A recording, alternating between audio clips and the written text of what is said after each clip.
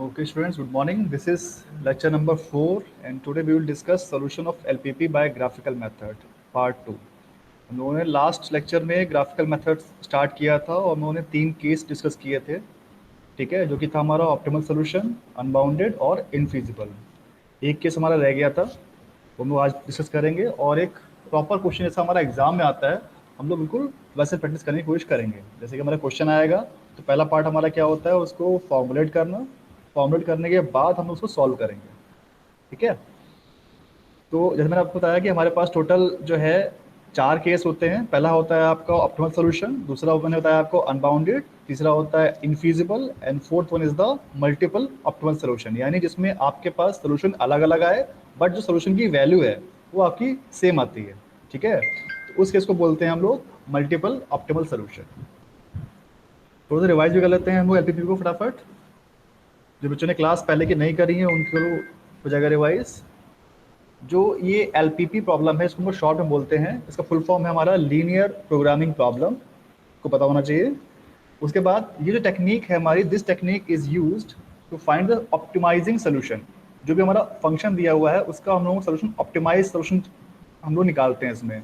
अब जो optimise word है ये दोनों तरह के यूज होता है। जैसे मान लीजिए अगर आप बात प्रॉफिट की कर रहे हो तो यहाँ पे हमारा जो फंक्शन है वो हो जाएगा मैक्सिमाइज टाइप का, ठीक है। बट यहीं वहीं हम लोग अगर बात कॉस्ट की कर रहे हैं तो हम लोगों को ये मिनिमाइज करना होता है, ठीक है। तो वर्ड हमारा जो ऑप्टिमाइज है ये दोनों चीज़ों के लिए यूजफुल होता है, चाहे मैक्सिमाइज हो चाहे मिनिमाइज हो। बट आपको ये ध्यान देना है कि जहाँ हमारा वर्ड प्रॉफिट आएगा हम लोग हमेशा वहाँ ऑब्जेक्टिव फंक्शन को मैक्सिमाइज करेंगे, और जहाँ भी हमारी कॉस्ट की बात होगी उसे हम लोग करेंगे मिनिमाइज, ठीक है। तो ये हमारा कॉन्सेप्ट है एलपीपी का। उसके बाद जो objective function and boundary conditions are linear in nature, यानी कि जो भी हम लोग अभी फॉर्मुलेट करने जा रहे हैं, हम लोग करेंगे फॉर्मुलेट अभी, बोथ आर लीनियर। उसमें कोई पावर नहीं होती, कोई स्क्वायर टर्म या कुछ क्यूबिक टर्म नहीं आएगा, हमेशा आपकी एक लीनियर इक्वेशन आपको मिलेगी ऑब्जेक्टिव फंक्शन में भी, एज वेल एज जो कंस्ट्रेंट हम लोग बोलते हैं जिसको हम लोग बाउंड्री कंडीशन लिखा हुआ है यहाँ पर, इसका मतलब ये है द कंस्ट्रेंट, वो सारे हमारे कैसे होते हैं, लीनियर होते हैं, यानी कि सिंगल पावर में। नेक्स्ट पॉइंट दिया हुआ है LPP technique solve product mix. ये बहुत सारे जो उसके एप्लीकेशंस हैं वो दिए हैं कि प्रोडक्ट मिक्स है, डिस्ट्रीब्यूशन है, मतलब हर तरह के क्वेश्चन आपको इससे मिल सकता है। हम लोगों ने 2-3 क्वेश्चन लास्ट टाइम ट्राई भी किए थे, ठीक है। उसके बाद जो हमारा ये स्टेप्स हैं फॉर्मुलेट करने के, पहला स्टेप क्या है, हमारे पास जो भी क्वेश्चन दिया हम लोगों को एक थ्योरी फॉर्म में दिया होगा उसको हम लोग एक स्टैंडर्ड फॉर्मेट में कन्वर्ट करते हैं। उस फॉर्मेट को बोलते हैं हम लोग एलपीपी, राइट। तो उसके कुछ स्टेप्स हैं वो पता होने चाहिए आप लोगों को। पहला स्टेप क्या है, to identify the decision variables, यानी कि जो भी हम लोग मानते हैं x1 x2 x3 उसको बोलते हैं हम लोग डिसीजन वेरिएबल्स। पहला स्टेप ये होता है, क्वेश्चन पढ़ते में समझाना चाहिए कि हम लोग क्या एज्यूम करने जा रहे हैं। फॉर एग्जाम्पल कोई फैक्ट्री का क्वेश्चन है तो हम लोग पहले एज्यूम कर लेंगे कि हमारे पास x1 या x2 यूनिट्स हमें प्रोड्यूस करनी है। तो जो लोगों ने x1 x2 एज्यूम किया उसको बोलते हैं हम लोग डिसीजन वेरिएबल्स, राइट। उसके बाद जब हम लोग क्वेश्चन पढ़ लेते हैं, हम लोगों ने डिसीजन वेरिएबल भी एज्यूम कर लिया है, आइडेंटिफाई कर लिया है, तो अब हम लोगों को लिखना होता है ऑब्जेक्टिव फंक्शन, यानी जो हमारा फंक्शन है, मतलब एम क्या है क्वेश्चन का। जैसे मैंने आपको बताया 2 केस आएंगे मैक्सिमम, यहाँ पे मैक्सिमम या मिनिमम। तो आपको जो फंक्शन बनेगा या तो वो मैक्सिमाइज टाइप का बनेगा या बनेगा मिनिमाइज टाइप का, तो 2 बन गए आपके। उसके बाद जो थर्ड स्टेप हमारा वो लिखना होता है हम लोगों को कंडीशंस, यानी कि जो उस ऑब्जेक्टिव फंक्शन को अचीव करने के लिए हमारे पास कंडीशंस हैं। फॉर एग्जांपल आपके पास कोई मशीन है, आपकी प्रोडक्शन कर रहे हो, तो मशीन कुछ पर्टिकुलर आवर्स के लिए ही आपके पास अवेलेबल होगी। तो जो कंडीशंस हैं वो हम लोग लिखते हैं इस पार्ट में, इसको बोलते हैं हम लोग कंस्ट्रेंट या कंडीशंस। और जो लास्ट पार्ट है वो हमारा होता है नॉन नेगेटिविटी रेस्ट्रिक्शन, यानी कि आप जो भी प्रोडक्शन करोगे it is always non zero, आप कभी भी कोई निगेटिव प्रोडक्शन नहीं कर सकते हो, राइट। या तो आप प्रोडक्शन करोगे या फिर नहीं करोगे। तो जो भी आपने एज्यूम किया है डिसीजन वेरिएबल्स x1 x2, या तो वो जीरो होंगे या फिर कुछ उनकी पॉजिटिव वैल्यू आएगी, कभी भी निगेटिव नहीं आएगी। अगर निगेटिव आएगी दैट मीन्स जो सोल्यूशन आप निकाल रहे हो that solution is not feasible. आपको याद होगा हम लोगों ने ग्राफिकल में किया था, हमारा सारा जो सोल्यूशन था वो आता था हमारा सिर्फ फर्स्ट क्वाड्रेंट में, ठीक है, क्योंकि फर्स्ट क्वाड्रेंट में ही हमारे x1 x2 दोनों पॉजिटिव होते हैं, राइट। तो ये हम थोड़ा रिवाइज कर लिया। उसके बाद ये मैंने आपको बताया 4 केस। पहला जो केस था हमारा वो था यूनिक ऑप्टिमल सोल्यूशन, ये हम लोग हमेशा निकालते हैं। उसके बाद जो दूसरा है वो हमारा मल्टीपल ऑप्टिमल सोल्यूशन, जो हम लोग आज देखेंगे। थर्ड जो था हमारा नो सोल्यूशन, यानी कि हमारा कोई भी कॉमन रीजन हम लोगों को ना मिले, यानी कि एक हमारा कर्व इस तरह से जा रहा है और एक हमारा कर्व इस तरह से आ रहा है, तो एक का रीजन तो हमारा ये वाला हो गया और एक हमारे कंस्ट्रेंट का रीजन ये वाला हो गया, यानी कि दोनों कंस्ट्रेंट में कोई भी कॉमन रीजन नहीं मिलता है। उस केस को बोलते हैं हम लोग इनफीजिबल, यानी कि उसमें कोई सोल्यूशन एग्जिस्ट नहीं करता है। और थर्ड केस था, सॉरी फोर्थ केस था हमारा अनबाउंडेड सोल्यूशन, यानी कि उसमें आपका जो कॉमन फिजिबल रीजन है वो बाउंड्री के अंदर ना आके पूरा वो आपका अनबाउंड हो जाए, जैसे कि हमारे केस ये वाला आया था, ठीक है। तो इसमें जो हमारा रीजन आया था वो ये वाला आया था। तो जब भी हमारा कोई रीजन इस तरह का आता है, यानी कि उसमें कोई लिमिट ना हो, कोई आप बाउंड्री के अंदर क्लोज ना हो रहा हो, तो उस प्रॉब्लम को बोलते हैं हम लोग this problem has an unbounded solution. अगर हमारा फंक्शन मिनिमाइज का है तो हम लोग ये लोअर पॉइंट से इन पे वैल्यू निकाल सकते हैं, और अगर हमारा फंक्शन मैक्सिमाइज टाइप का है तो हम लोग बोल देंगे दिस सोल्यूशन है no solution, sorry unbounded solution, और क्वेश्चन हमारा वहीं खत्म हो जाएगा। राइट, तो ये कुछ दो तीन हमारे चार केस हैं कुल मिला के। हम लोगों ने 3 केस कर चुके हैं अभी तक, आज हम लोग करेंगे नेक्स्ट केस, क्योंकि हमारा है लास्ट केस आज का। तो ये एक क्वेश्चन दिया हुआ है, इस क्वेश्चन को हम लोग पहले सॉल्व करेंगे। पहला स्टेप क्या है हमारा, इस क्वेश्चन को पहले हम लोग पढ़ेंगे, समझेंगे, और फिर हम लोग उसे करेंगे फॉर्मुलेट। उसके बाद देखेंगे सोल्यूशन हमारा कैसा आ रहा है। राइट, क्वेश्चन पढ़ते हैं। क्वेश्चन में क्या कह रहा है, ABC limited has 2 bottling plants, यानी कि कंपनी है एबीसी, उसके पास 2 बॉटलिंग प्लांट्स हैं। वन लोकेटेड एट एल, एक एल कोई शहर का नाम होगा, ये एक एल जगह पे लोकेटेड है, और दूसरी हमारी जो है वो एम पर है, यानी 2 प्लांट हो गए हमारे एल और एम। उसके बाद क्या बोल रहा है, each plant produces 3 brands of fruit juice, number 1 Frooti, simply orange and Tropicana respectively. यानी कि जो हमारे 2 प्लांट हो गए एल और एम, दोनों जगह 3 ब्रांड हमारे प्रोड्यूस हो रहे हैं, क्या है, फ्रूटी, सिंपली और ट्रॉपिकाना रिस्पेक्टिवली। फिर उसके बाद क्या कह रहा है, the number of bottles produced per day and the demand of each brand, यानी कि जो बोतल की कैपेसिटी है पर डे कितनी आप प्रोड्यूस कर रहे हो, और उनकी डिमांड कितनी आ रही है हर ब्रांड की, जैसे ट्रॉपिकाना, सिंपली ऑरेंज और फ्रूटी, वो दी हुई है आपकी मंथ जून की। And the operating cost of each plant are as below, यानी कि आपको उसकी 3 कंडीशन दी गई। पहला कंडीशन क्या है, नंबर ऑफ बॉटल्स कितनी प्रोड्यूस हो रही हैं, नंबर 2 डिमांड कितनी आ रही है, और उसकी ऑपरेटिंग कॉस्ट कितनी है। तो ये आपको 3 पॉइंट्स इस टेबल में दिए हुए हैं, देख लेते हैं भाई। फर्स्ट पॉइंट जो है आपका ट्रॉपिकाना है, उसकी जो प्लांट है एल में कितनी प्रोड्यूस हो रही है 1500, और जो प्लांट एम है उसमें हो रही है 1500 सेम। डिमांड कितनी आ रही है इसकी 20,000। सिमिलरली जो ऐसे हमारा सिंपली ऑरेंज है वो प्रोड्यूस हो रहा है 3000 प्लांट एल में, और प्लांट एम में प्रोड्यूस हो रहा है ये 1000। इसकी जो डिमांड आ रही है वो आ रही है 40,000 total. And the third product is Frooti. अब फ्रूटी की डिमांड कितना प्रोड्यूस हो रहा है प्लांट एल में, ये हो रहा है 2000, प्लांट एम में हो रहा है ये 5000। इसकी जो टोटल डिमांड आ रही है वो आ रही है 44,000। ठीक है, अब जो हमारे प्लांट एल और प्लांट एम है, इनकी ऑपरेटिंग कॉस्ट दी है पर डे, ये दी हुई है 600 रुपीज और ये दी है 400 rupees per day plant M की। इतना क्वेश्चन दिया हुआ है आपको। अब देखते हैं क्वेश्चन पूछ क्या रहा है। क्वेश्चन पूछ रहा है for how many days each plant will be run in the month of June so as to minimize the production cost while meeting the market demand. आपको क्वेश्चन फॉर्मुलेट करना है, उसकी जो रिक्वायरमेंट है वो ये है कि for how many days each plant will be run in the month of June so as to minimize the production cost while meeting the market demand. तो क्वेश्चन मैंने पूरा आपको समझा दिया है। अब क्वेश्चन में आपको समझ के बताना है कि इस क्वेश्चन का एम क्या है, यानी जो हमारा ऑब्जेक्टिव फंक्शन है वो क्या होगा, और जो हमारे डिसीजन वेरिएबल्स हैं वो क्या बनेंगे। फटाफट आपको जरा एक बार 5 मिनट को ट्राई करो, बताओ। क्वेश्चन क्लियर ना हो तो क्वेश्चन दोबारा पढ़ समझा दूंगा, लेकिन मैं चाहता हूँ कि ये क्वेश्चन आप लोग थोड़ा सा ट्राई करो अपने आप एक बार।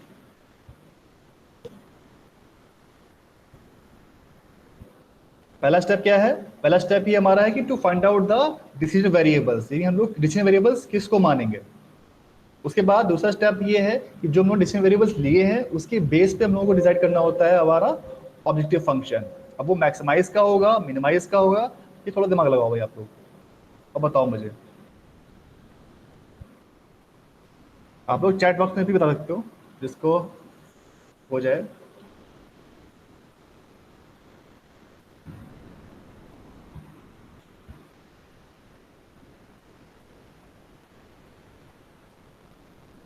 क्वेश्चन पूरा सबको क्लियर है बेटा।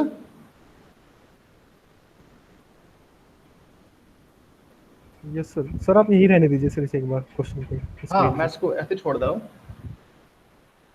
एटलीस्ट 2 मिनट पर ट्राई करो, तो कुछ फायदा होगा आपको, है ना।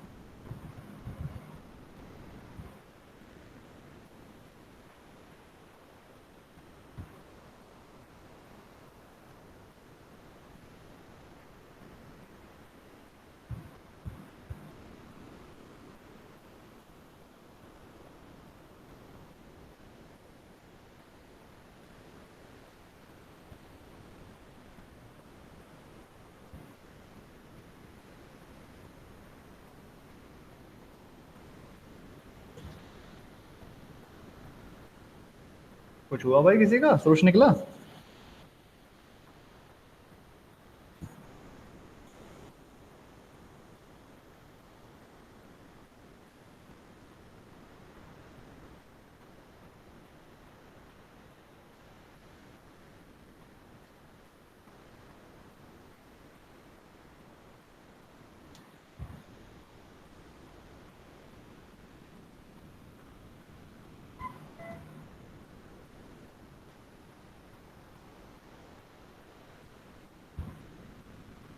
कोई मुझे बताया कि डिसीजन वेरिएबल्स हम लोग क्या मानेंगे, कितने मानेंगे?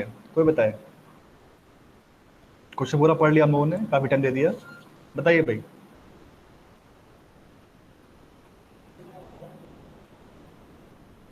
मयंक, श्रीकांत, सूर्यकांत, बताओ भाई। क्लास में हो? गोपाल, गौतम, हर्षित, हिमांशु, रिस्पॉन्स करो भाई, जब तो फायदा है कुछ आगे करने का। आदित्य, आप बताओ भाई।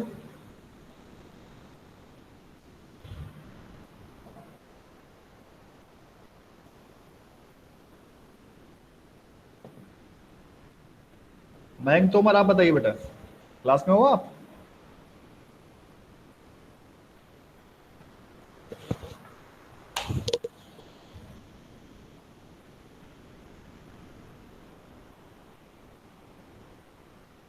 Shrikant, yes sir. आवाज आ रही है मेरी? सर आ रही है सर, समझ में नहीं आ रहा सर क्वेश्चन। अच्छा अच्छा, तो ये बताओ, पहला आपने डिसीजन वेरिएबल्स क्या माने आपने? सर ये तो समझ में नहीं आ रहा सर, क्या माने। हाँ, यही तो मैं सोच रहा हूँ। तो ये क्वेश्चन तो मैं कराता जाऊंगा, लेकिन जब तक आपका दिमाग नहीं चलेगा तब तक कोई फायदा नहीं है क्लास में। देखो, कोई बात नहीं, इतना टाइम दे दिया आप लोगों ने, कुछ सोचा होगा। आप ये पढ़ो क्वेश्चन में क्या कह रहा है। क्वेश्चन की डिमांड क्या है? क्वेश्चन की डिमांड देखो ये है। क्वेश्चन में साफ साफ कह रहा है, for how many days each plant will be run in the month of जून। यानी वो सीधा सीधा आपको डेज पूछ रहा है कि कितने दिन प्लांट को चलाए to minimize the production cost. यानी कि आपको साफ साफ कह रहा है कि उसकी जो प्रोडक्शन कॉस्ट है उसको उसे मिनिमाइज करना है। तो पहली चीज तो ये क्लियर हो गई, जो हमारा फंक्शन जो भी बनेगा वो बनेगा हमारा मिनिमाइज टाइप का। ठीक है भाई। दूसरी चीज ये है कि जो हम लोग डिसीजन वेरिएबल्स मानेंगे वो हम लोग मानेंगे डेज मानेंगे। क्यों? क्योंकि इसमें जो हमारी कॉस्ट दी हुई है वो हमें दी हुई है पर डे, और उसी कॉस्ट को हमें कम करना है। यानी कि हम लोग क्या करेंगे, दोनों की कॉस्ट मान, सॉरी डेज मान लेंगे। इसके मान लेंगे हम लोग x1 डेज, और इसके मान लेंगे हम लोग x2 डेज। यानी कि जो प्लांट एल है वो रन होगा हमारा x1 डेज के लिए, और जो प्लांट एम है वो होगा रन हमारा फॉर x2 डेज, राइट। तो जो हमारी प्लांट एम की जो रनिंग कॉस्ट है, ऑपरेटिंग कॉस्ट है, वो पर डे 600 रुपीज है। तो जब हम x1 डेज उसको रन करेंगे तो कितनी कॉस्ट हो जाएगी, 600 इंटू x1।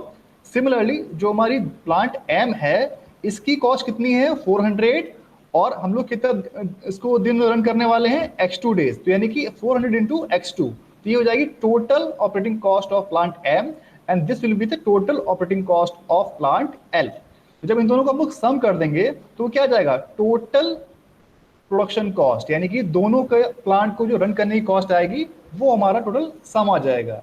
और क्वेश्चन में क्या कह रहा है, क्वेश्चन में कह रहा है इसको मिनिमाइज करने के लिए, तो हम लोग क्या कर देंगे, minimum z is equal to 600x1 plus 400x2।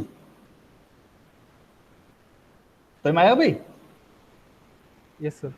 हाँ, तो थोड़ा सा जब अपने आप 8-10 क्वेश्चन करोगे ना तो आपके दिमाग में अपने आप बैठ जाएगा कि आपको क्या एज्यूम करना है, कैसे करना है। लेकिन इसके लिए आपको प्रैक्टिस करनी पड़ेगी क्वेश्चंस की अपने आप, ठीक है। तो उसमें से डाइट दे दिया मैंने। इसमें हम लोग क्या करेंगे, पहले हम लोग मान लेंगे x1 जो मैंने अभी बताया आपको, days of plant L, and x2 is the number of days of plant M for the month June. तो जो टोटल हमारी कॉस्ट जो आपको बताई मैंने अभी 600 थी, इसकी 400 थी, तो क्या बन जाएगा 600 into x1 plus 400 into x2, ये होगी हमारी टोटल ऑपरेटिंग कॉस्ट। जब इसका समेशन करेंगे तो हमारी जो क्या बन के आ जाएगी, total cost operating cost of plant M as well as plant L। और जो हमारा क्वेश्चन कह रहा है उसमें इसको क्या होना चाहिए, it should be of minimize type. हम लोग यहाँ पे लिख देंगे minimum z, minimum z is equal to 600x1 plus 400x2। तो ये हो गया हमारा objective function as well as decision variables. तो जो हमारा अगला स्टेप है वो स्टेप क्या होता है हमारा, to write down the constraint, यानी कि जो हमारी कंडीशंस दी हुई हैं वो हम लोगों को लिखनी है। अब देख लो जो हमारी टोटल बॉटल्स हैं वो कितनी प्रोड्यूस हो रही है। हम लोग बात करते हैं पहले वाले कंस्ट्रेंट की, यानी कि जो हमारा नंबर ऑफ बॉटल प्रोड्यूस वाला कंस्ट्रेंट है वो देखते हैं। तो देखो आप जो हमारा ट्रॉपिकाना है वो कितना प्रोड्यूस करता है प्लांट एल में, 1500, यानी कि एक दिन में 1500 करता है। तो अगर हम लोग उसको x1 डेज चलाएं तो कितना प्रोड्यूस करेगा, 15 इंटू x1। सिमिलरली जो हमारा प्लांट एम है वो पर डे कितनी प्रोड्यूस कर रहा है, 1500 बॉटल्स। अगर उसको हम x2 डेज चलाएंगे कितना करेगा, 15 इंटू x2। अब जो डिमांड है वो कितनी आ रही है, 20,000, ठीक है भाई। तो मुझे बस ये बता दो फटाफट कि ये जो मैं इनका समेशन करूंगा ये 20,000 से कम होना चाहिए या होना चाहिए ज्यादा?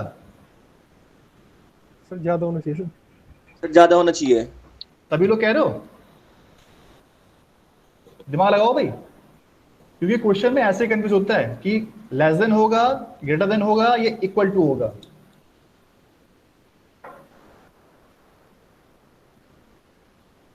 अगर इससे लेस देन हो गया तो क्या हो जाएगी, दिक्कत क्या आएगी बताओ? सर लॉस हो जाएगा। लॉस हो जाएगा, वेरी गुड। क्योंकि जो हमारी डिमांड है अगर वो फुलफिल नहीं हो पाएगी तो क्या होगा, लॉस होगा। हमें सीधी सी बात है, यानी कि जो भी हमारी डिमांड है उतना तो हमें प्रोड्यूस करना ही पड़ेगा। यानी कि जो हमारा पहला कंस्ट्रेंट बनेगा वो क्या बनेगा, वो बनेगा हमारा 15x1 plus 1500x1 plus 1500x2 should be greater than और इक्वल टू 2000। अभी नीचे मत देखना भाई, ईमानदारी देखा थोड़ी सी, ठीक है। तो ये हो गया हमारा ग्रेटर देन इक्वल टू 20,000। तो ये हो गया हमारा फॉर ट्रॉपिकाना। बात समझ आ रही है क्यों मैं कर रहा हूं ग्रेटर देन? ये लॉजिक आपके दिमाग में सेट होना चाहिए कि मैं क्यों कर रहा हूं। ऐसे ही जैसे मैंने ट्रॉपिकाना के लिए लिखा, अब मैं लिखूंगा यही सेम चीज फॉर सिंपली ऑरेंज के लिए। तो क्या करूंगा मैं फिर से, 3000 into x1 plus 1000 into x2 should be greater than और इक्वल टू 40,000, क्योंकि इसकी भी डिमांड हमारी 40,000 है। तो यानी कि जो हमारी पर डे प्रोड्यूस हो रही है 3000 और यहाँ पे 1000, टोटल कितनी हो जाएंगी, 3000 into x1 plus 1000 into x2, और जो इनका समेशन है वो होना चाहिए 40,000 से ज्यादा या इसके इक्वल। तो इसलिए हम लिखेंगे यहाँ पर 3000 x1 plus 1000 x2 should be greater than और इक्वल टू 4000। तो ये हो गया हमारा कंस्ट्रेंट नंबर 2, ठीक है भाई।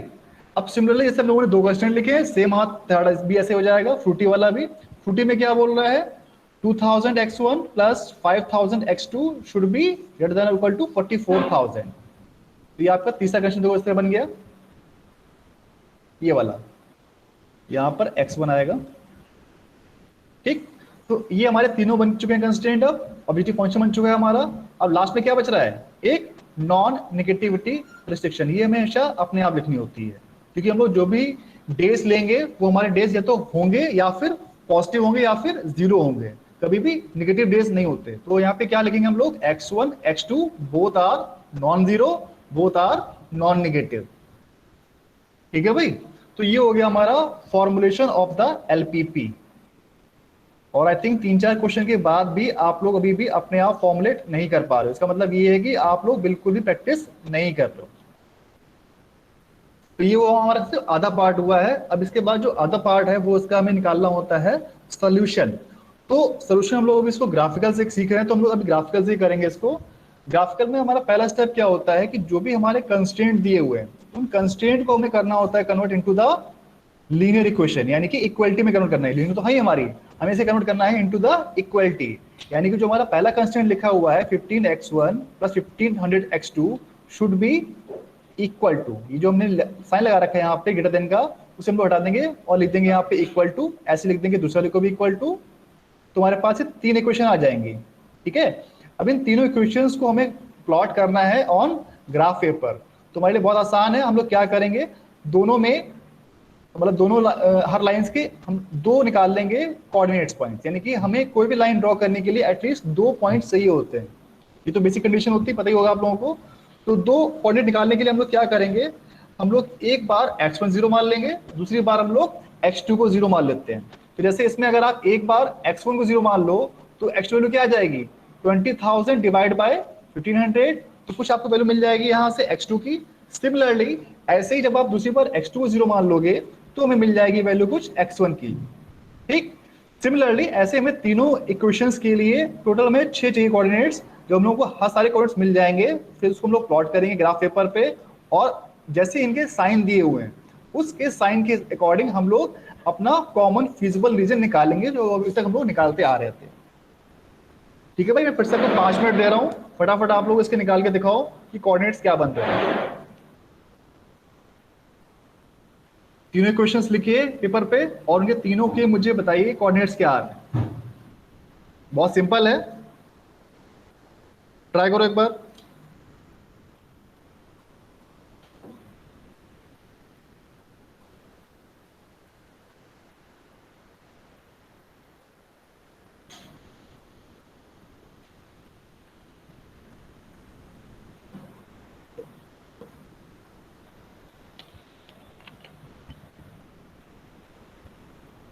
पहले वाले का x1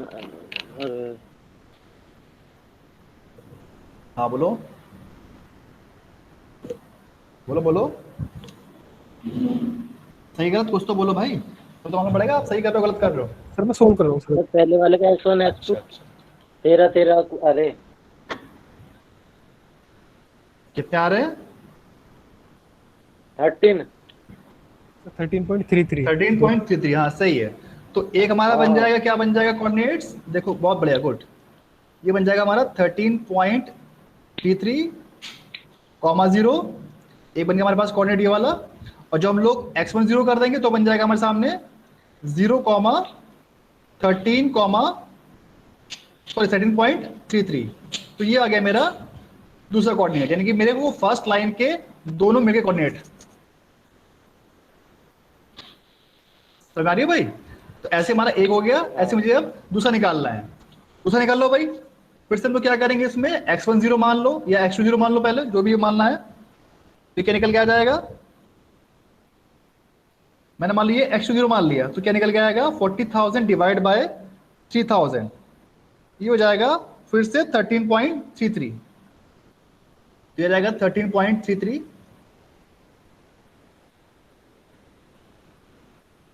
कॉमा 0, ये हो गया मेरा पहला कोऑर्डिनेट। उसके बाद अब अगर मैं 0 मान लेता हूं x1 को, तो क्या हो जाएगा, x2 क्या हो जाएगा 40,000 डिवाइड बाय 1,000, तो कितना हो जाएगा 0,40। Yes sir. ठीक है भाई, ऐसे करना होता है आपको भी एग्जाम में, आप लोग भी ऐसे करिएगा। हर एक क्वेश्चन के आगे इनके दोनों आपको लिखने कोऑर्डिनेट, ताकि आपको याद रहे। और नंबरिंग करते रहिएगा, ये हमारा 1 हो गया, ये हमारा सेकंड हो गया, ये हमारा थर्ड हो गया। तो हमारे पास दोनों के आ चुके हैं। अब जो हमारा थर्ड है फ्रूटी वाला, इसको निकाल लेते हैं भाई। फ्रूटी के लिए क्या करना है, एक बार मान लेते हैं हम लोग। सर x1 हाँ, यहाँ पे x1 है, बताओ x1 0 होगा तो सर x2 हमारा 8.8 आएगा। कितना आएगा बेटा? 8.8। 8.8। Good. Yes sir. Second condition में सर x2 0 होगा तो x1 आएगा हमारा 22। 22। वेरी गुड, ये हो गया हमारा 8.8। और दूसरा बताया आपने 22, है ना? 22,0। ठीक है भाई, सब लोग ये आ रहे हैं? अब देखो इसका Yes. फायदा क्या है। अब इसका फायदा ये है कि हम लोगों ने सारे पॉइंट्स देख लिए, यानी हमें अपनी मैक्सिमम रेंज दिख गई कि यानी कि जो हमारी मैक्सिमम रेंज जो हमें ग्राफ पर प्लॉट करना है वो हमें मैक्सिमम करना है 22 और मिनिमम करना है 0। यानी हम लोग जो स्केल लेंगे वो इस तरह से लेंगे कि 1 mm is equal to 2 units, यानी कि हमें सिर्फ जैसे आपको भी ग्राफ इजिली प्लॉट हो जाए। बात समझ रहे हो? अब आपको सिंपली ग्राफ प्लॉट करना है, उसमें आपकी जो मैक्सिमम रेंज है वो आपकी जा रही है 22 तक। तो आपको इस तरह से प्लॉट करना है कि पूरे यहाँ पे सारे कंस्ट्रेंट इसमें फुलफिल हो जाए। बात समझ रहे हो? तो आप ऐसे मान लो कि 1 mm is equal to 2 units, तो आपका यहाँ पे 1 2 3 11 तक कर दीजिए, आपका 22 यहाँ पे कवर हो जाएगा। सबको ग्राफ प्लॉट करना आता होगा आई थिंक, कोई दिक्कत वाली बात नहीं है। तुम्हारे पास कोऑर्डिनेट्स आ चुके हैं, सारी लाइंस पता है हमें। तो हम लोग क्या करेंगे, ये जो मैंने आपको बताया वही स्टेप लोगों के सारे लिखे हुए स्टेप्स यहाँ पे। पहला स्टेप क्या था, प्लॉट द कंस्ट्रेंट। अब जैसे आपका कंस्ट्रेंट का साइन है, ठीक है, जैसे मान लीजिए आपका फर्स्ट कंस्ट्रेंट था, मैं आपको रब कर दे रहा हूँ उसको, ठीक है।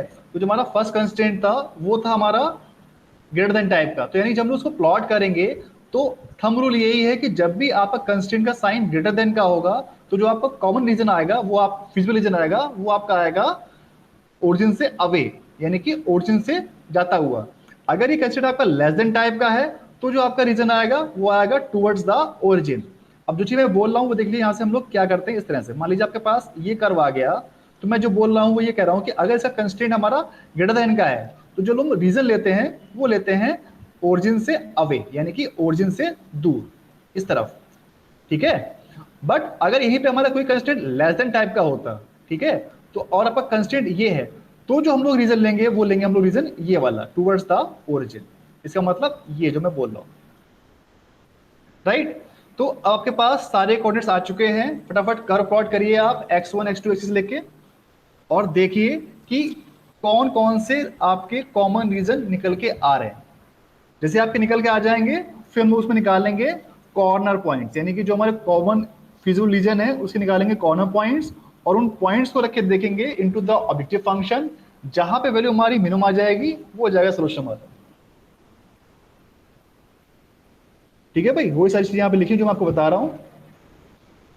प्लॉट करना है आपको सारे कंस्ट्रेंट पे, और इस तरह प्लॉट करना है कि जो हमारे x1 x2 कंडीशन है उसको फुलफिल करे।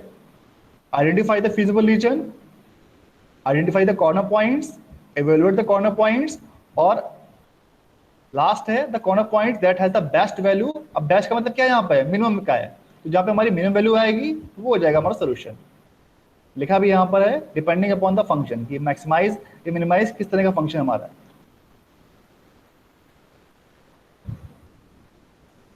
ट्राई करो उसको भाई 5 मिनट, फिर मैं करता हूँ उसको। प्रॉपर इसके लेके ड्रॉ करिएगा, ठीक है ना। जैसे आपको बताया मैंने कि 1 mm इक्वल टू 2 यूनिट्स, तो आप प्रॉपर स्केल लेके ड्रॉ करोगे तो आपको कहीं भी कुछ भी कैलकुलेट करने की जरूरत नहीं पड़ेगी, आप सीधे अपना ग्राफ से ही आंसर आपको मिल जाएगा।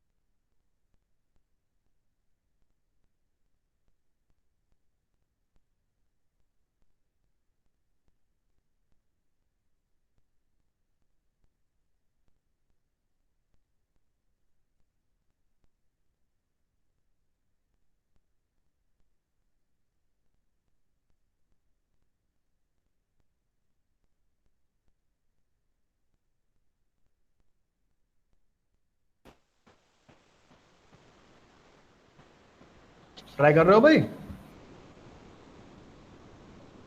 Yes sir. गुड।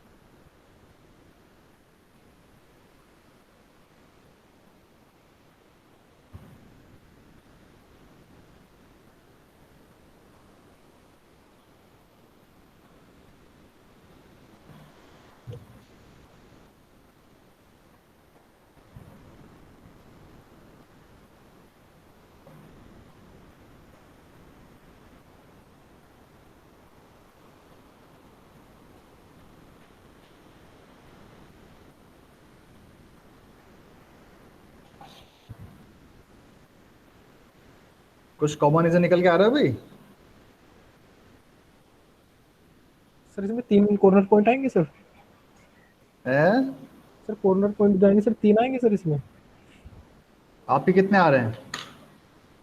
सर मेरा जो कॉमन रीजन आ रहा है सर, वो मतलब फर्स्ट क्वाड्रेंट में आ रहा है सर, सबसे लास्ट में सर, मतलब उसमें अनबाउंडेड सर, बाउंडेड नहीं है सर। अनबाउंडेड, हाँ जी हाँ जी, बिल्कुल सही है, बिल्कुल सही करो।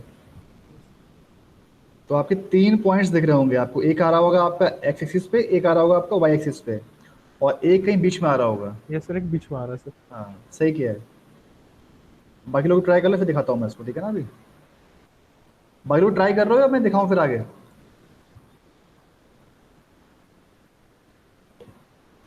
मुझे लगा सर एक ही दो बच्चे ट्राई कर रहे हैं भाई क्लास में, बाकी सब लोग बैठे देख रहे हो खाली। हम्म, कर रहे हैं सर। चलो अच्छी बात है, कर रहे हो तो गुड।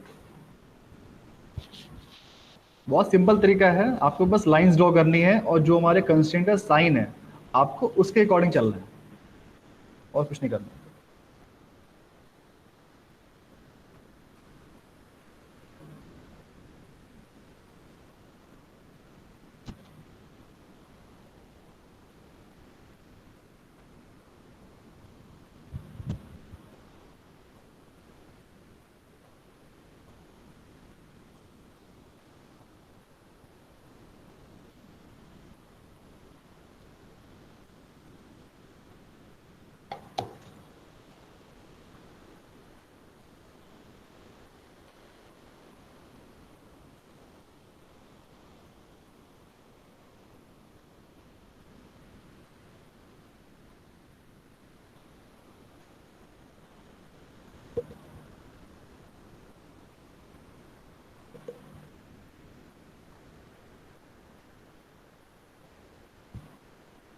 चलो आई थिंक इसने करना वो कर लिया होगा। अब देखो यहाँ पे हमारे पास 3 कंस्ट्रेंट थे, वो तीनों कंस्ट्रेंट हम लोग ड्रॉ करेंगे तो वो आपको दिखाई पड़ेगा कुछ इस तरह से, ठीक है? देखिए, अब देखो ये जो हमारा पहला कंस्ट्रेंट था वो क्या था?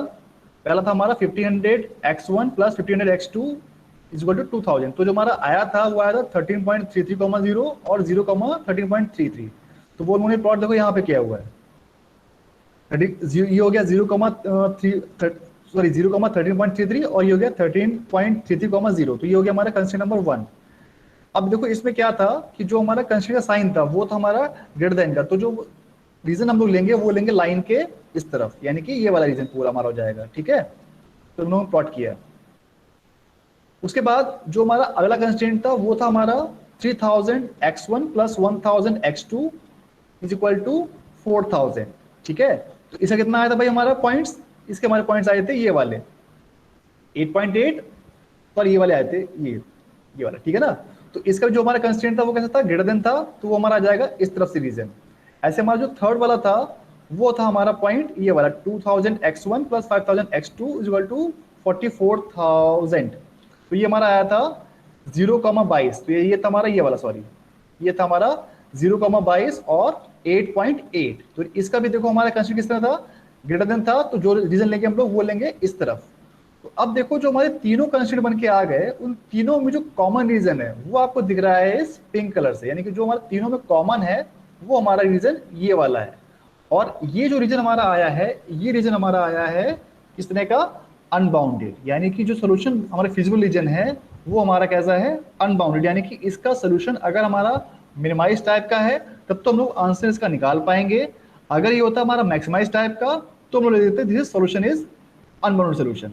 बट चूंकि हमारा क्वेश्चन मिनिमाइज टाइप का है तो जो इसकी लोअर बाउंड्रीज है, यानी कि जो हमारा लोअर पॉइंट्स, यानी कि हमारा एक तो ये वाला पॉइंट हो गया, दूसरा हो गया हमारा ये वाला पॉइंट जहाँ पे टच हो रहा है, और तीसरा हमारा कहीं यहाँ पर, मैं इसको साफ कर दे रहा हूँ, ये वाला। तो देखो एक तुम्हारा पॉइंट ये वाला हो गया, दूसरा हो गया पॉइंट हमारा ये वाला, और तीसरा हो गया जहाँ पे हमारे ये दोनों पॉइंट्स कट हो रहे हैं। ठीक है, तो अब मैं क्या करूंगा, मेरे पास जैसे 3 पॉइंट्स मुझे शो हो रहे हैं, तो इन तीनों पॉइंट्स पे मैं वैल्यू रख के देखूंगा और चेक करूंगा मेरी वैसे से वैल्यू कम कहाँ पे आ रही है। तो आप देखो पहला पॉइंट क्या है मेरा 0,40, एक पॉइंट मेरा ये हो गया, मैं इसको रख के देखूंगा। दूसरा हो गया 22,0, उस पर रख के देखूंगा। और दूसरा जो मेरा है वो एक ये वाली लाइन और एक ये वाली लाइन, यानी कि जो ये दोनों लाइंस को मैं सॉल्व करके देखूंगा तो मेरे पास जो यहाँ पे कोऑर्डिनेट निकल के आ रहा है वो आ रहा है 12,4। ठीक है, तो मेरे पास अब 3 पॉइंट्स हो गए, इन तीनों पॉइंट्स को मैं रख के देखूंगा और जहां पे मेरी वैल्यू बहुत कम आएगी वो हो जाएगा मेरा सोल्यूशन। ठीक है, तो आप रख के देखो, तो जो आपका ये x1 12 और x2 4 है, इस पे सबसे वैल्यू कम दिखेगी आपको 8800, तो ये हो जाएगा आपका सोल्यूशन इस वाले आंसर का।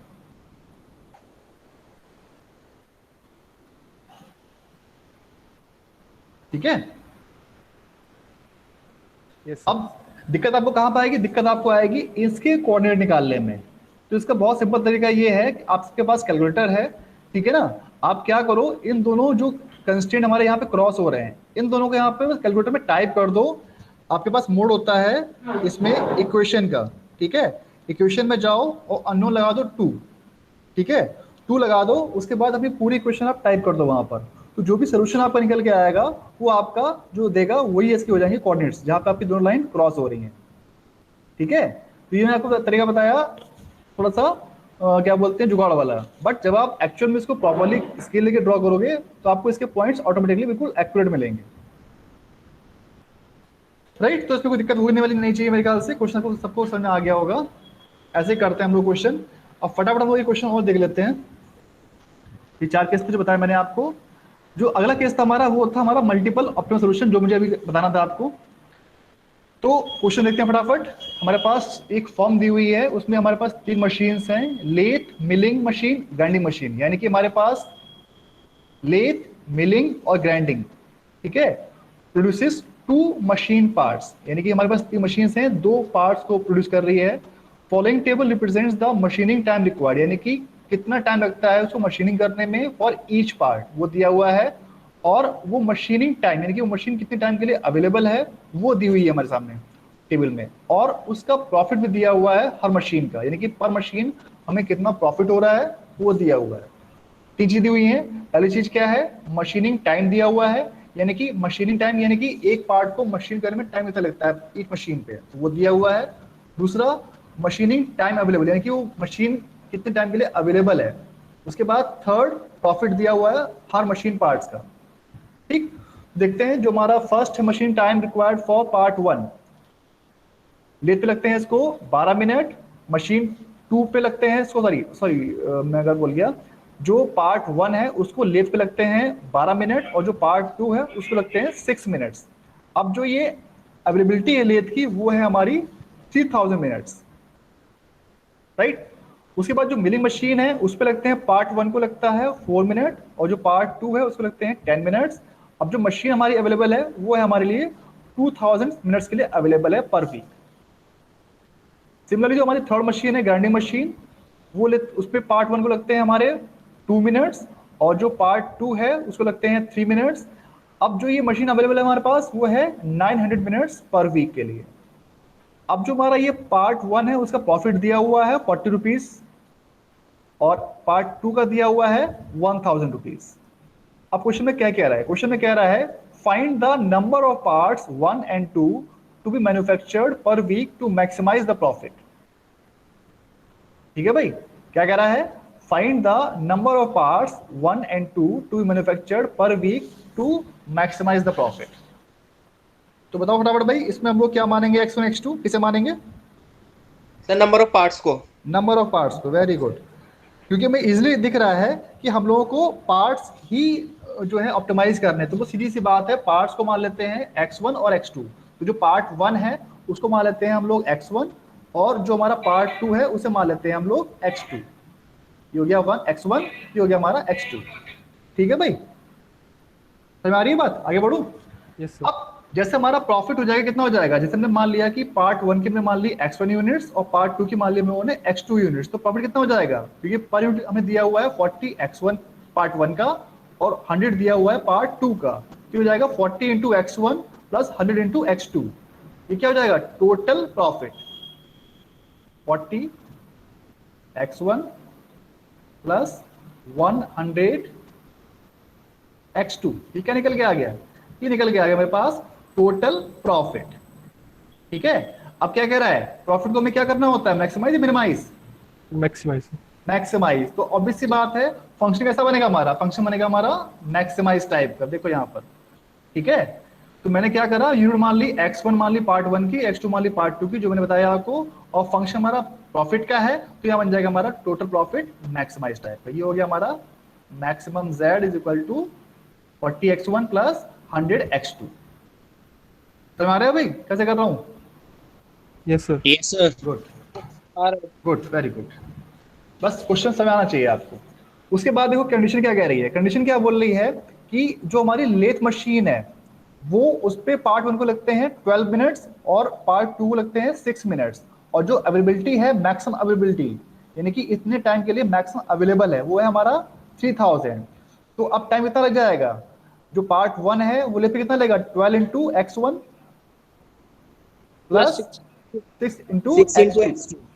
तो बस मुझे ये बताओ यहाँ पे साइन क्या आएगा, लेस देन ग्रेटर देन क्या आएगा? लेस आएगा कि बस सर? अगर ये लेस देन 3000। क्या लेस आएगा? आएगा। लेस देन 3000 तो क्यों लेस ग्रेटर देन क्यों नहीं देन आएगा? सर, क्योंकि कंज्यूमिंग टाइम ज्यादा हो जाएगा तो फिर लॉस हो जाएगा ना। वेरी गुड, वेरी गुड, यही लॉजिक है। ये लॉजिक दिमाग में लगाना चाहिए, आना चाहिए दिमाग में, सेट होना चाहिए। क्यों हम लेस देन लगा रहे हैं? लेस देन इसलिए लगा रहे हैं क्योंकि ये मैक्सिमम टाइम अवेलेबल है, यानी कि इससे ज्यादा हमें अवेलेबल नहीं है। अभी टाइम क्या आ गया? 12x1 प्लस 6x2, ये क्या है? ये इसका मशीनिंग टाइम है part 1 as well as part 2 का। ठीक है, तो जो इन दोनों का समेशन आएगा वो इससे कम होना चाहिए, इससे ज्यादा नहीं हो सकता, क्योंकि जो मैक्सिमम लिमिट है वो हमारी 3000 है। ठीक है भाई, ऐसे हम लोग फटाफट लिख देंगे मिलिंग के लिए भी, जो हो जाएगा हमारा 4x1 प्लस 10x2, ये भी क्या हो जाएगा? Less than 2000। सिमिलरली जो हमारा ग्राइंडिंग मशीन है ये बन जाएगा 2x1 plus 3x2 should be less than और इक्वल टू 900। तो वो यहाँ पे लिखी हुई है टाइप फॉर्म में, 12x1 plus 6x2 less than 3000, 4x1 plus 10x2 less than 2000, 2x1 plus 3x2 less than 900।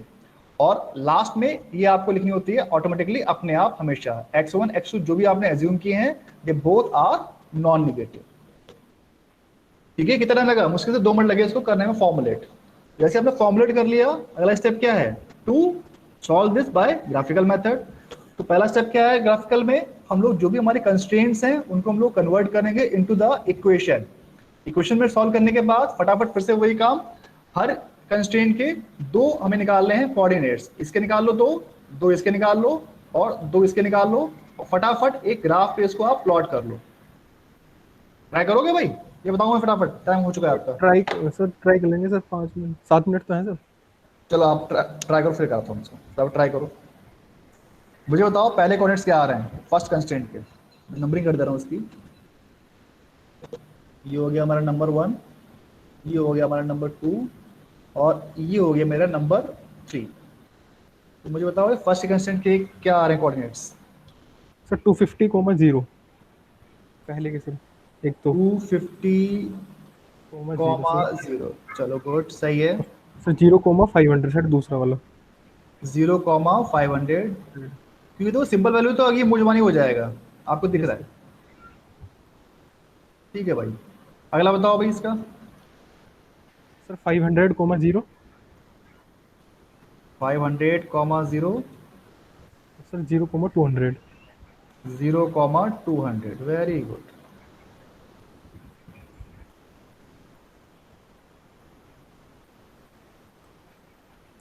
अब बात करते हैं थर्ड वाले की। सर इसका 450,0 450 आएगा। यस सर हाँ 450 अच्छा अच्छा, हाँ 450 ठीक है। 450,0 और और सर 0,300 सर। 0,300। देखो फटाफट 5 मिनट में पूरा क्वेश्चन आपको सॉल्व हो जाएगा ये। जैसे आपके पास कोऑर्डिनेट्स आ गए तो आपको रेंज दिख गई, मैक्सिमम कितनी दिखी आपको, मैक्सिमम जो रेंज है आपकी वो है 500 है। ठीक है, तो आप क्या करोगे, फटाफट स्केल ले लोगे 1 mm is equal to 100 units, यानी कि 1 mm को मान लोगे आप कितने बराबर 100 के। तो क्या करना है आपको, सिर्फ यहाँ पे 1 2 3 4 5 आपको सिर्फ 5 यूनिट्स लेनी है, आपका वो 5 यूनिट काउंट हो जाएगा। तो पहला पॉइंट क्या है 200,0 यानी कि आपका 1 2 यानी कि कहीं बीच में यहाँ पे आ जाएगा 250 और कॉमा 0 एक पॉइंट ये मिल गया। दूसरा क्या है 0,500, तो यहाँ पे कर लो 1 2 3 4 और ये 5, तो इन दोनों पॉइंट्स को मिला दो। ठीक है, मिल गया आपका, ये खींच गया आपका फर्स्ट कंस्ट्रेंट। ठीक है भाई, ऐसी प्रॉपर्ली स्केल लेके आपको भी खींचना है constraint 2 as well as constraint 3 के लिए। फटाफट ड्रॉ करो और एज पर कंस्ट्रेंट बताओ कि कॉमन रीजन कहां पे आ रहा है। अगर कर पा रहे हो तो बहुत अच्छी बात है, वेरी गुड। बताओ भाई फटाफट।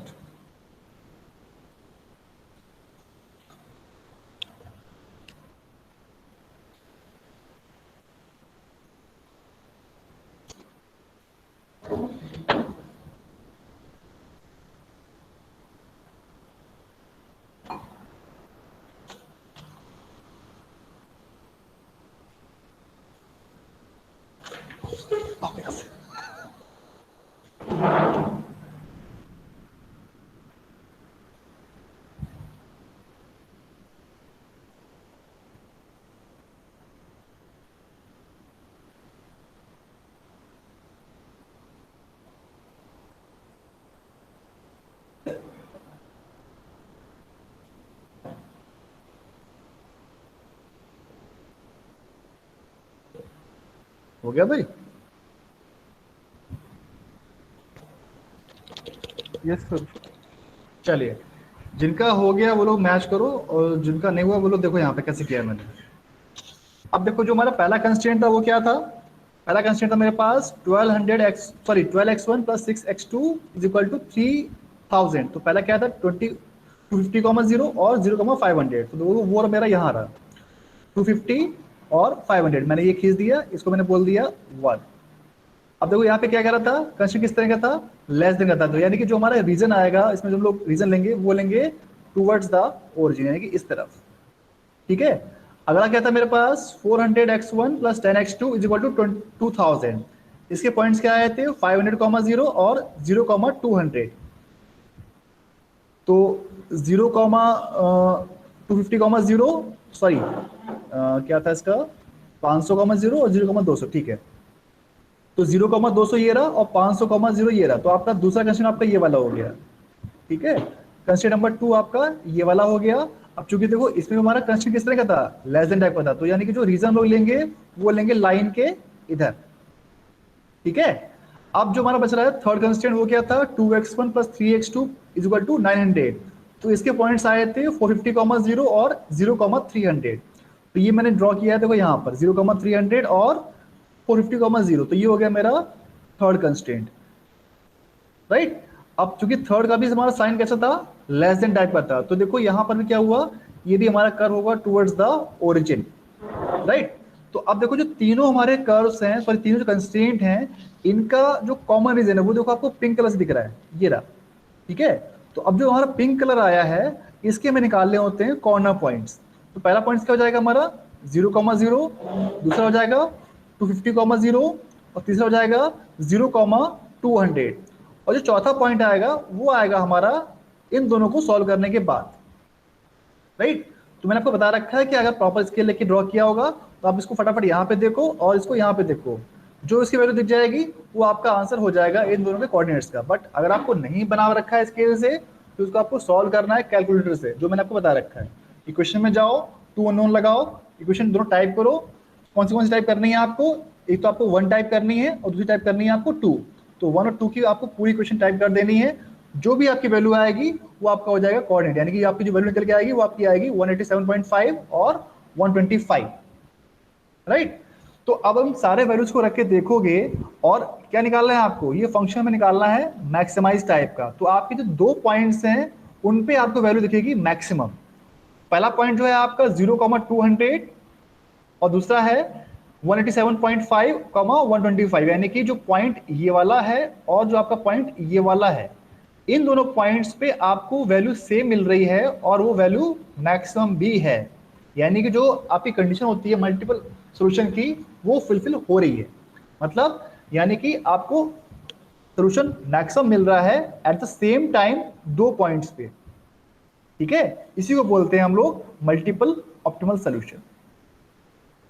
और जो वैल्यू कितनी आ रही है? वैल्यू हमारी आ रही है 20,000। रख के देखो बेटा, ये आ रही है, चेक कर लो एक बार। ये सर यही आ रही है सर। है ना? तो ये कैसे हो गया हमारा मल्टीपल ऑप्टिमल सॉल्यूशन का, राइट। तो टोटल मैंने आपको 4 केस बताए थे, चारों केस कंप्लीट हो गए हमारे आज। ये 4 केस थे। यूनिक मतलब वो होता है जो हमारा सॉल्यूशन सिर्फ एक ही आता है, जो हमारा अब तक आ रहा था।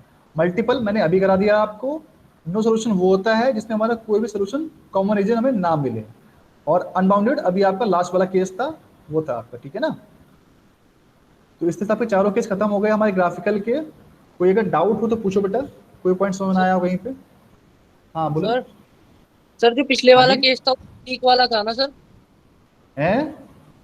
सर जो इससे पिछले वाला आपने कराया था सर क्वेश्चन, हाँ, वो सर ये केस था हमारा, वो केस था मेरा अनबाउंडेड का, बट उसमें चूंकि फंक्शन हमारा मिनिमम का था इसलिए मैंने उसकी वैल्यू निकाल दी। अगर ये फंक्शन हमारा मैक्सिमाइज का होता तो मैं सीधे ये लिखता कि सोल्यूशन हैज अनबाउंडेड सोल्यूशन। आपको याद होगा जो मैंने लास्ट केस में कराया था, ये वाला केस जो मैं कराया था,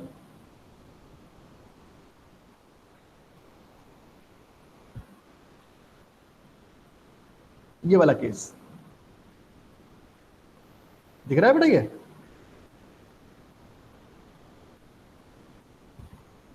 आपको स्क्रीन दिख रही है मेरी? Yes sir. Yes sir.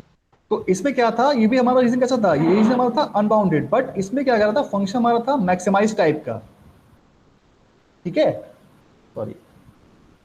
तो फंक्शन हमारा था मैक्सिमाइज टाइप का, इसीलिए हम लोग इसमें वैल्यू नहीं निकाल पाए। तुमने क्या लिखा? This feasible reason is unbounded, hence z can be increase infinitely, so this problem is having an unbounded solution. ठीक है, अनबाउंडेड सोल्यूशन और अनबाउंडेड रीजन दोनों अलग अलग चीजें हैं। जो हमारा रीजन है इसको हम लोग बोलते हैं this region is unbounded, but solution हमारा तब आएगा जब हमारा फंक्शन होगा मिनिमाइज टाइप का। अगर ये मैक्सिमाइज टाइप का है तो हम ये लाइन लिख के छोड़ देंगे जो मैंने यहाँ पे लिखी हुई है। बट अगर हमारा फंक्शन मिनिमाइज टाइप का है, जो कि हमारा दिया हुआ था इस क्वेश्चन में यहाँ पे,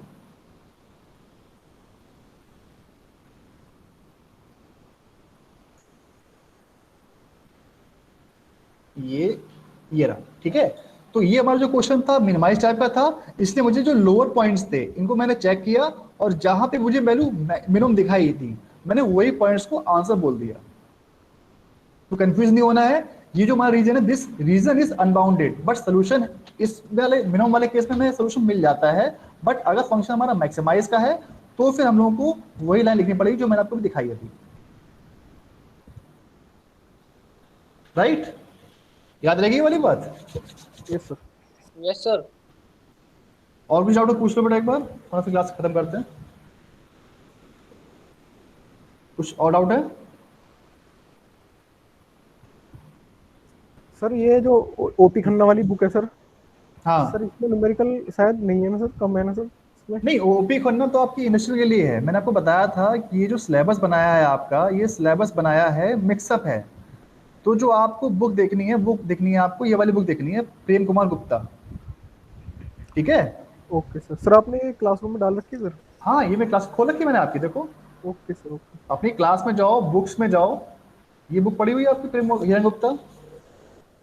इसमें लाइन देखो, सारे सॉल्यूशन पढ़े हुए हैं। देखो आप, मैं दिखा दे रहा हूँ आपको, ये 2 मिनट लगेंगे, कोई दिक्कत नहीं।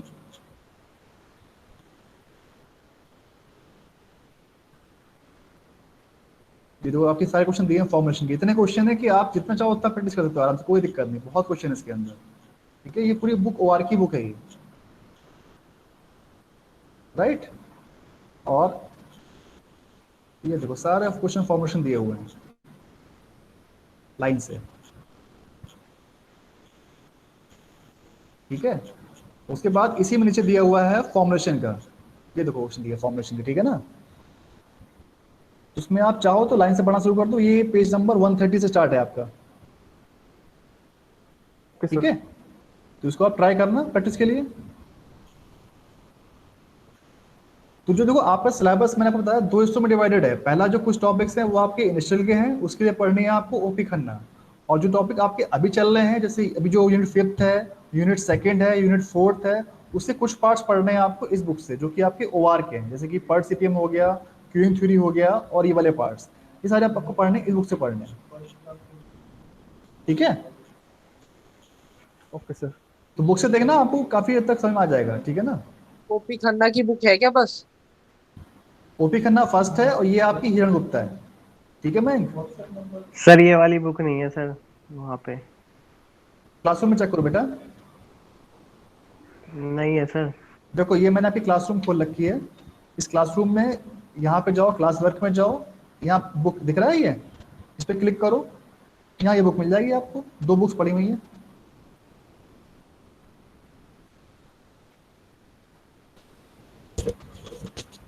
चेक करना बेटा, बुक पड़ी हुई है आपकी, मैंने ये क्लासरूम में खोल रखी है।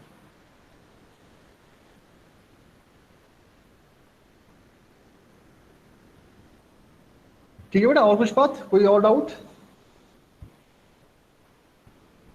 No sir. तो फिर क्लास ही खत्म करते हैं, बुक से क्वेश्चन करिएगा आप लोग, right. Yes sir. Thank you. Thank you sir. Thank you sir. Sir हाँ बोलो, कुछ कह रहे हो क्या?